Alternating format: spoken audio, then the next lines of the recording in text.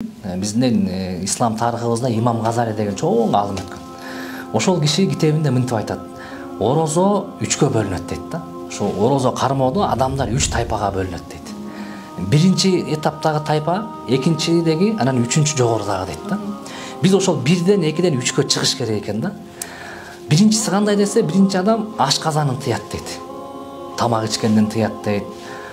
Баягындай оозуна тамагы азык кирбей эле болгон ошо ачка эле гана болуп берет дейт, Кудайдын ыраазычылыгы үчүн. Ошол биринчи тайпадагы адамдар дейт да.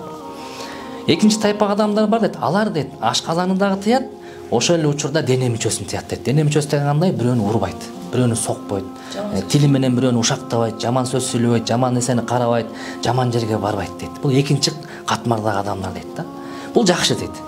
Үчүнчү катмардагы адамдар бар, ал жакшыраак дейт. Ал кандай десе, ал жүрөгү менен орозо кармайт дейт да. Ашказаны дагы бар, дене мүчөсү дагы бар, жүрөгү дагы бар. Жүрөгү деген кандай? Ал жаман ойлобойт дейт болгон дейт. Ал эгерде жаман ойлоп, жаман күмөн кылып койсо эле, ал ошол менен орозосу бузулуп калгандай болуп, ушуга чейин ал жүрөгүн дагы жакшы алып жүрөт дейт да. Алла мени көрүп турат депчи. Ушул сыяктуу ушул 3 этап болгондой эле биз дагы ушул 3-чү катмарга чыгышыбыз керек да.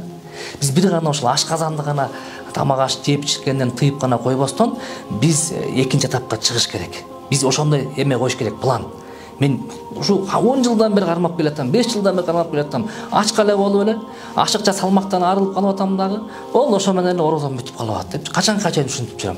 Кел мен быйыл экинчи этапка чыгайын деш керек. Ал кандай?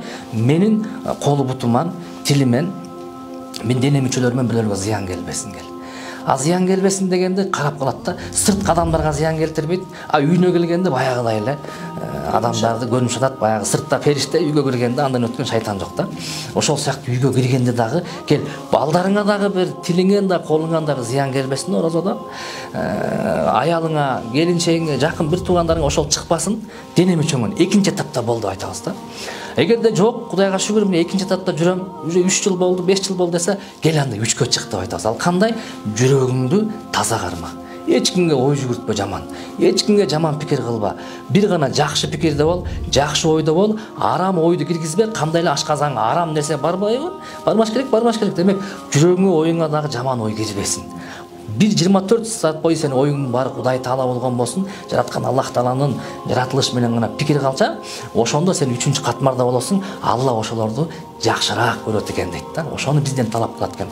Ошондо баягы Иса Каразак атабыз айткандай, сен таза болсоң, мен таза болсом, коом таза болот деген мааниси ошол. Сенин ой жүгүртүүң дагы таза болсо, ой пикириң таза болсо, коом да ошентип таза болот деген таризге ошондо жетебизби деп ойлоп калабыз да.